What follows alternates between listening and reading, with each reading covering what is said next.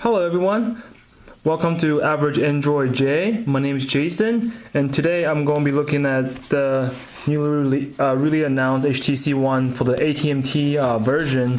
The phone was announced March 25th, Tuesday, March 25th, 2014, and it was supposed to be Verizon exclusive for 2 weeks in store, but I think you can still actually go on AT&T's website to order it. I used my upgrade plan to get this phone, and I used the AT&T Next 12, 20 installments, and I ordered Thursday.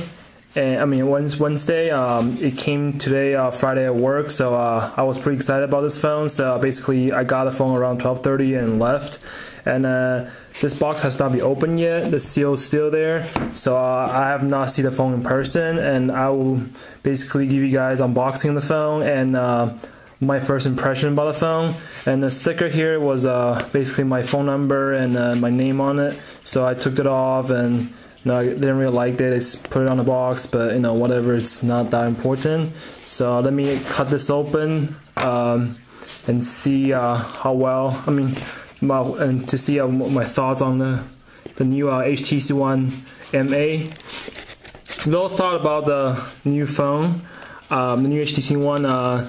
Kind of weird. They kind of named this. They give the same name as the 2013 model HTC One, and they just basically call HTC One again, and then put MA in the end. Here's the box. Now open it up, and it's a quick starter guide, which a lot of us don't really read it. And here's the flyer about the case. This does not come with it with the AT&T model, as far as I know. And I heard it's $50 to purchase this. It's cool because you can close the case and you can or look at the time, look at the weather, and without opening your phone really. But I heard the build quality is not that great. It's a little cheap plastic, and $50 I don't think is worth it. And I am not a fan of flip cases, so it's up to you. It's look really neat. I would like to have it. I would like to get it if it has better build quality. For me, paying $50, I don't suggest you to get it. It's kind of waste of money. And I did bought this on Amazon. It's a phone, a case for the M8. I got on Amazon. I paid $4.99 on it. I bought it Thursday, and then I have the Amazon Prime. It's supposed to be 2-day shipping. So I wouldn't get it until Saturday, but somehow it got here today on Friday. So I was kind of surprised. And here is the phone, text messaging way, of course. And then the HTC Advanced current benefit includes free one-time cracked screen replacement within the first 6 months. I think that's kind of nice because, we drop phones and then it is pain in the ass to pay money to replace it, and of course they actually guarantee to have the newer software update for 2 years after the phone's release. So it's kind of nice because it kind of sucks to get a brand new flagship device this year, and next year it does not support the newest update any further. And let's take this phone out of here.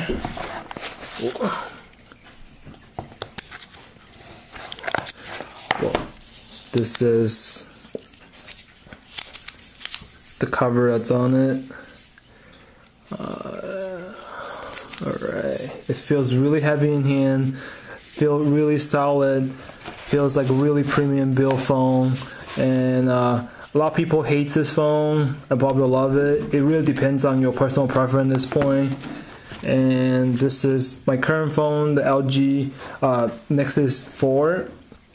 You can see, and it's a great phone. I have nothing wrong with. I have no problem with it. I love it, and it is. I bought this November 2012.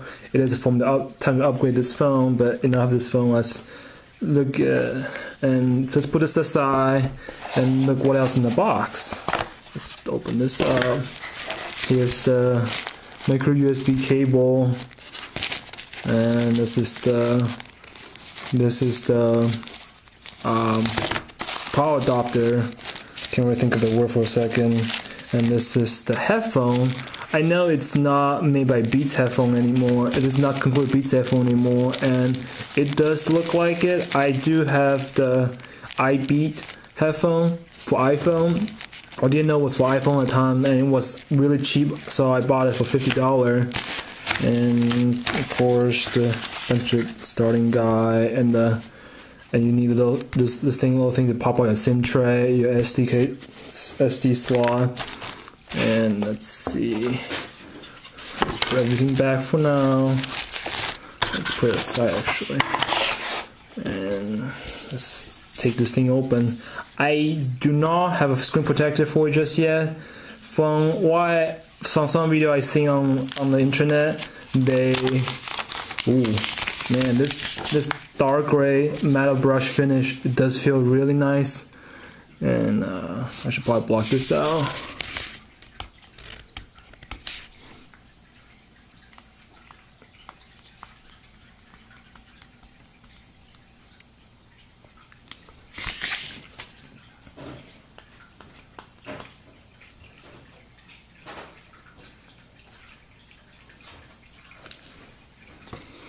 Alright, this is the HTC One M8 without the sticker on. HTC One, it has the AT&T logo on it. I'm not too hot about this, and I wish Carrier would start taking this out of there. It's quite ugly, and not a big fan of it myself, but anyway, it's not that important really.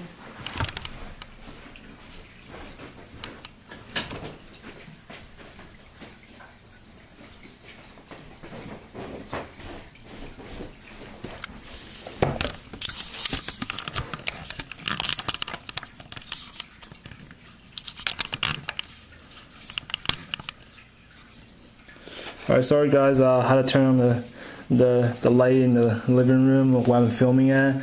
Outside's getting a little darker, so I can't really see it too well. And as you can see, this is the HTC One M8 2014 model. Up here, you can see it, zoom better. Up here is a front-facing camera of 5 megapixel.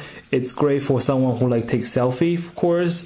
And personally, I probably don't have. I really use front camera. I might use it maybe 20 times in my life with the LG Nexus 4.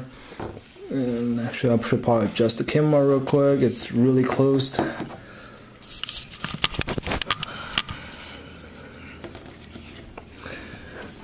Alright guys, this is the HTC One MA and AT&T models. You can see the logo down here, and back here is the ultra megapixel I think it's 4.3 megapixel, and the two-tone flash, supposedly give you more natural lighting when you use flash. And up here is the 2 megapixel dual camera. When you take a picture, it actually calculates all the depth data about the object. So later, when you use software to refocus, I mean. And the front-facing camera is a 5 megapixel, and you can see here there's a 2 big speaker on top of the HTC boom sound. It's supposed to be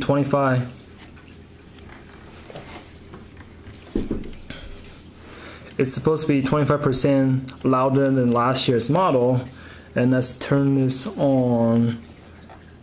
Hopefully there's some battery in it. There we go.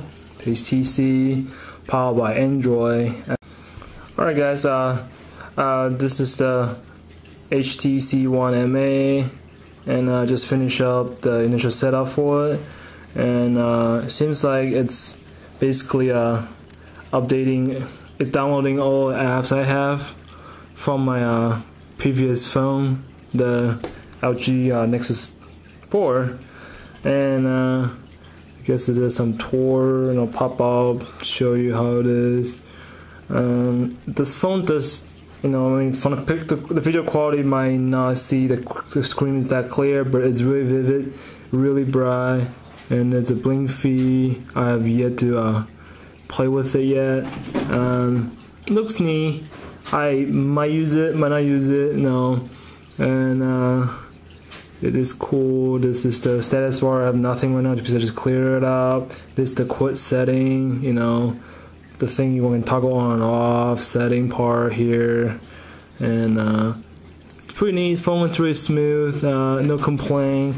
And I like the navigation bar down here. Instead of the capacitive bottom, they have like last year's model, which just helped them to gain about 0.3 inches without really making the phone any bigger than the last year's model. And this phone is definitely one of the great phone to buy out there right now. And let's launch the camera, because HTC really put a lot of thought in the camera, because it's kind of funny because in the Asian market, people are really big on taking pictures, so I think that's one of the things they really want to capture. And it does seem really, the camera seems really fast and really responsive. Oh, there's nothing in the camera roll at the moment. And let's just take a random picture.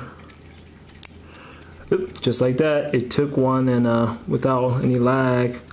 And can go to added. This is where really they have this effect, the 3D dimension plus. You can tell your phone around. It basically looks like everything is in the 3D mode. Looks cool. I'm not sure how often I'll use it. In the foreground, basically, you know, shows put an effect and blur out what's in the back. It's pretty cool effect, you know. I'm not probably used too much. The U focus is probably one of the big things they are marketing this phone, because you can refocus anywhere on the screen supposedly, but a lot of reviews have come out so far say it does not work that great. It works sometimes, but not 100% of the time, which will be a letdown. You can see probably not too well. It's probably can't really see it too well because my video camera, it's not that great.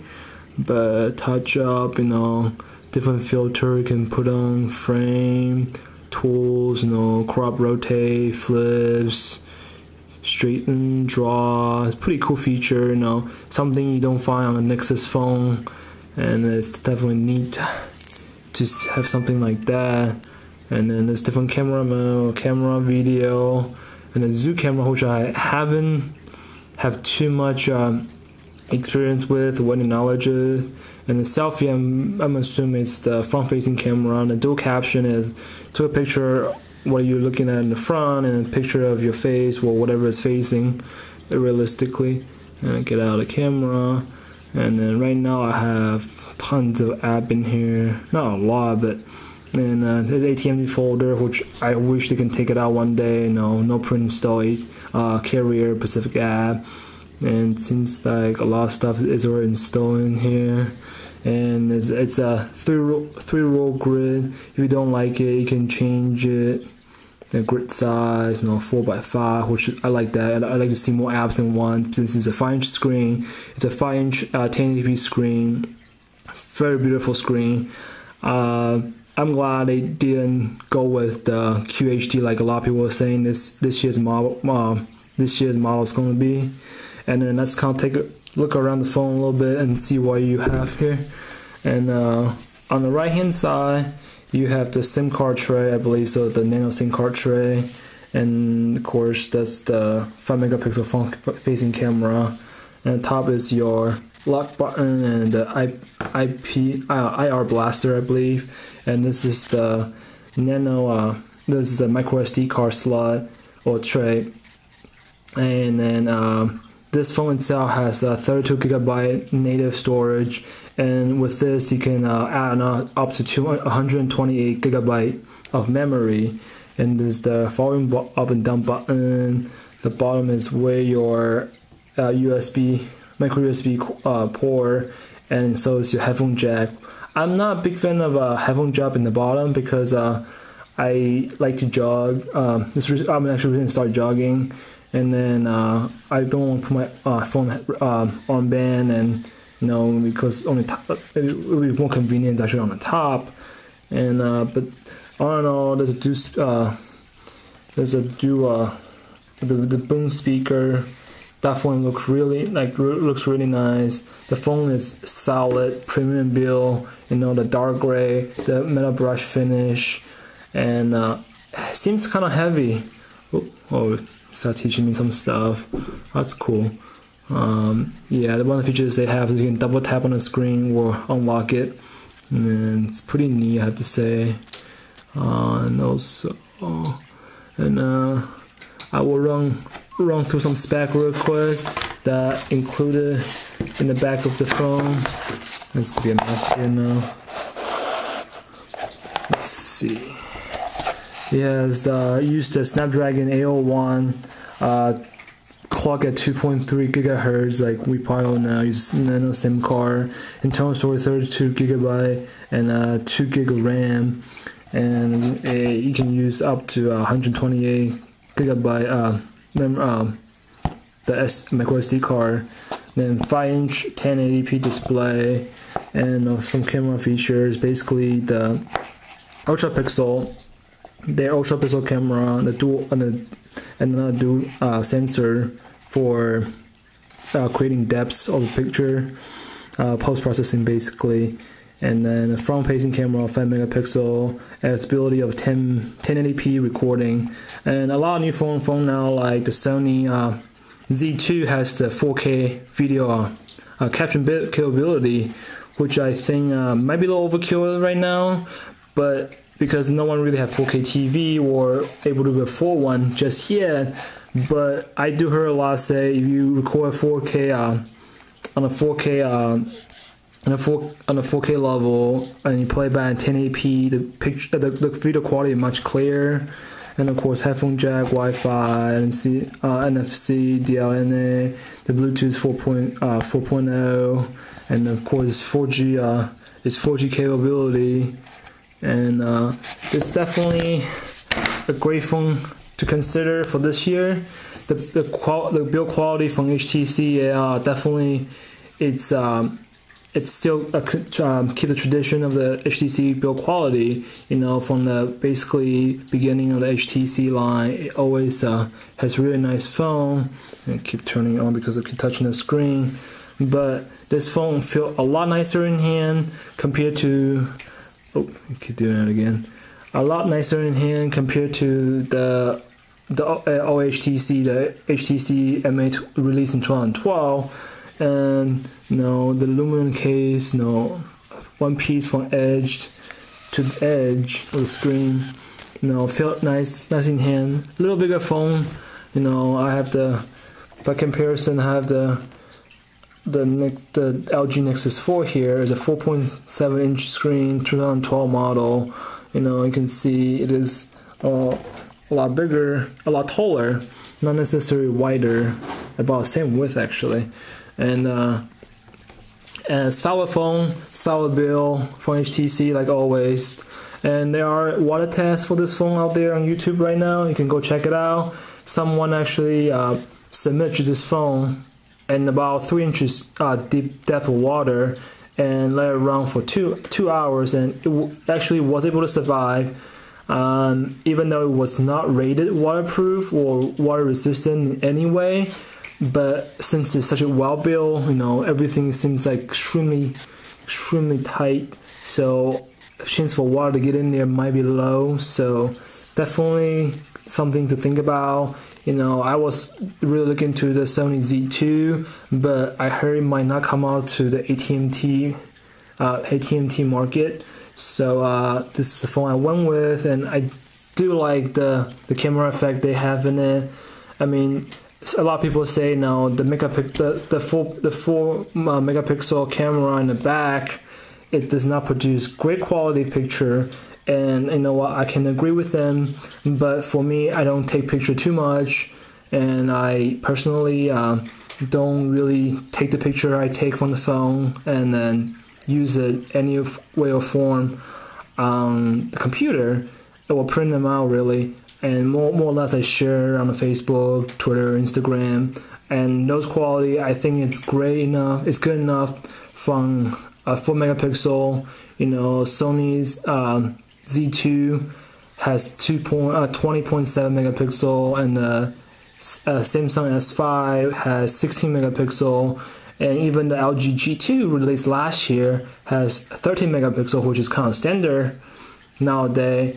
But you know, they kind of reduce the quality of the picture a little bit, add more functionality, you know, with software and a dual camera. And I'm not sure how well that's gonna go, but I will definitely do an in-depth review of the camera, the software itself. And then I forgot to mention the battery on this phone is 2600 milliamp, which I was very disappointed at it because newer phone come out, at least it's higher than that. Samsung Galaxy, oh no, don't want to do that. Samsung Galaxy S5 has 2800 milliamp, I believe so. It's removable, so you can take an extra battery with you.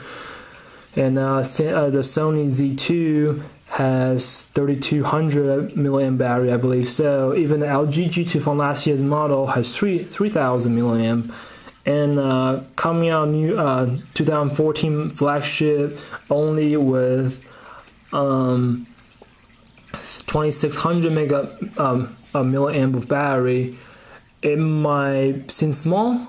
I mean, I feel it's small. I think it's a small battery per se, but HTC, they guarantee this speed will be enough because they optimize the software, and which supposedly will give you more battery life, even though it's a smaller battery size. So I will do a battery test, a full day everyday uses battery test for sure, and see how well it really holds up. And actually, before we go, let's go to YouTube. I cannot find YouTube anywhere. I hate those folders. I hate they put apps within folders. I'm not a fan of it, so I have to rearrange it a little bit. Here's YouTube. Let's do a Chromecast. Yeah, I know that. And let's see, YouTube. What can we search?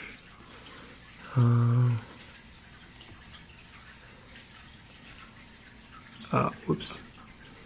Imagine Dragon. Radioactive. Pretty good song. And then we just want to test it out. Test it out a boom sound speaker real quick. No, I don't have any song on board right now. No ads. Skip 5 seconds. This is the full sound. You can hear it's really clear. The speaker's facing toward you. You can hear the sound instead of speaker in the back shoots off and you have to bounce off something to really come back to you to hear anything. You know, like a lot of phone has a speaker in the back, and those speakers are way bigger comparison. The comparison, you know, this thing is probably only a third of what the front facing speaker is, but there are two of them front top stereo speaker. Listen to it. Sounds really nice, really loud, really clear, really nice. Definitely will be a great phone to show. This sounds really clear, really loud. Definitely be a great phone to use to show you your friends' videos, YouTube videos, songs. You know, you don't have to do a little copy thing, you know, of the phone on the side. And I will definitely do an in-depth tour of this phone. And from what I've seen so far, you know, through reviews in person, this phone is definitely a great phone to think about. If you are someone who likes, you know, a solid phone, a very solid, who likes a premium build solid phone, don't really too care for the camera quality, the picture quality from the camera, this phone might be the phone for you. But if you like a phone has a nicer camera, you might want to look into Z2 or the Samsung Galaxy S5. And That being said, this phone is a great phone, definitely. You know, the front stereo speaker and that test out there now, it sounds more clear. It's louder than the Z2, and it's definitely a phone really think about for 2014 flagship, and I will definitely do an in-depth tour of the software and camera, basically, and basically everyday, and got signed in for that, and everyday usage of the and battery testing, basically. And I definitely do an in-depth tour of the operating system and the camera. I'll take some picture and see how I really turn out. I don't have too much phone to compare with. I might use my Nexus 4 and my girlfriend's Oppo Find 5, and compared to how they go, this is an 8 megapixel and she has a 13 megapixel camera, and this only has about 4, but it's ultra pixel, which in low light supposedly has really good result. So I will do in-depth of that, and I will definitely do a battery test, and I'll charge it and take it to work with me all day. I check my email, I'll browse the web, I won't say constantly, but from time to time at work, and I'll see how it hold up. Within a day, it's really hold up. They say the battery life will be great even with 2600 milliamp battery, and then let's go from there. And if you like this video, please subscribe and please comment down below if you have any question. And then soon I will basically do more in-depth video of the tour of the phone. So stay tuned. See you guys.